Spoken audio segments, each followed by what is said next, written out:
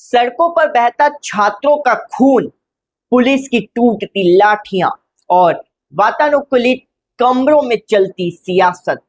20 जुलाई को दिल्ली की सड़कों पर जो हुआ वो सिर्फ एक प्रदर्शन नहीं बल्कि देश के युवाओं के साथ हुआ अब तक का सबसे बड़ा धोखा था। नमस्कार, आप देख रहे हैं न्यूज चौपाल और मैं हूं आपके साथ प्रज्ञांश तिवारी। दोस्तों, 20 जुलाई को संसद चलो का नारा दिया गया था। देश के हर एक शहर से हजारों की तादाद में नौजवान अपनी आंखों में एक उम्मीद लेकर राजधानी दिल्ली पहुंचे थे। उम्मीद थी कि शायद इस बार हमारी सड़ चुकी शिक्षा व्यवस्था सुधरेगी, शायद इस बार सरकार हमारी सुनेगी। लेकिन जंतर मंतर से लेके संसद मार्ग तक इन छात्रों को जो मिला वो था पुलिस का डंडा, सियासत का फरेब और एक बहुत बड़ा विश्वासघात।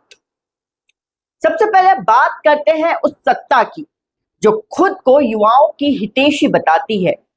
20 जुलाई से संसद का मानसून सत्र शुरू हो रहा था। छात्र शांति से अपनी बात रखना चाहते थे, लेकिन बीजेपी सरकार और उनके प्रशासन ने क्या किया?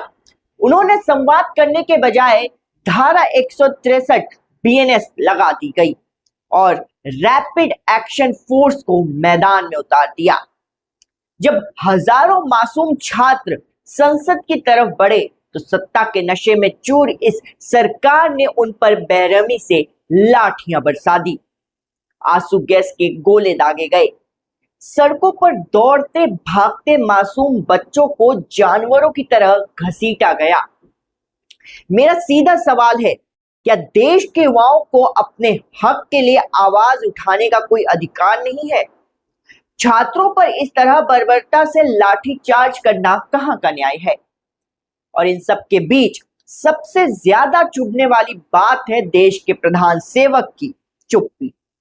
प्रधानमंत्री मोदी जी, आखिर कब तक शांत रहेंगे आप?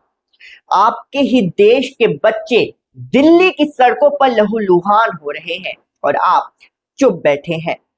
जब चुनाव आते हैं तो यही युवा आपके देश का भविष्य नजर आते हैं, लेकिन जब ये अपने हक की मांग करते हैं तो इन्हें लाठियों से पीटा जाता है। यह तानाशाही नहीं तो और क्या है? अब आते हैं इस पूरी कहानी के दूसरे सबसे बड़े गुनाहगारों पर। इस पूरे आंदोलन की नींव रखी सीजीपी पार्टी ने।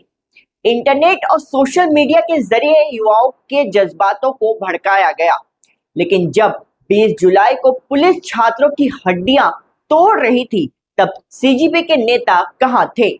अभिजीत दीप के, विजय दहिया और सीजीपी के तमाम बड़े स्पीकर्स, आखिर उस वक्त आप लोग कहां छिपे थे? अभिजीत दीप के ट्रक में चढ़ के बैठे थे। आशुतोष राणा और सौरभ दास जेपी नड्डा से बातचीत करने गए थे और विजय दहिया तो गायब ही थे, मेट्रो में घूम रहे थे। जब मासूम लड़कियों के कपड़े फट रहे थे, जब बच्चों के हाथ पैर टूट रहे थे, तब आप लोग क्यों नहीं आए सामने? क्यों नहीं आए पुलिस की लाठियां खाने? सच्चाई तो ये है कि जब बाहर मासूम छात्र छात्राएं पुलिस के डंडे खा रहे थे तब सीजीपी के ये तथाकथित बड़े नेता ऐसी कैंटीन में और बंद दफ्तरों में बैठकर सरकार के साथ सौदेबाजी कर रहे थे और सोशल मीडिया के लिए वीडियो रिकॉर्ड कर रहे थे। आपने अनजान बच्चों को दिल्ली बुला लिया, लेकिन जब जिम्मेदारी लेने की बारी आई तो आप सब गायब हो गए। इन बच्चों को सिर्फ बलि का बकरा बनाया गया है। लेकिन दोस्तों, गलती सिर्फ सरकार या नेताओं की नहीं है। हम सीजीपी प्रोटेस्ट में आए उन युवाओं की भी कड़ी निंदा करते हैं जिन्होंने अपना काम कर रहे पत्रकारों के साथ बदसलूकी की। याद रखिए, पत्रकार वहां आपकी सच्चाई, आपका दर्द दुनिया को दिखाने आए थे। उनके साथ हाथापाई करना, गाली गलौज करना कतई बर्दाश्त नहीं किया जा सकता। जिन छात्रों ने या उपद्रवियों ने ये काम किया है, उन्होंने असल में इस पूरे आंदोलन की पीठ पर छुरा घोंपा है। ये सरासर गलत है।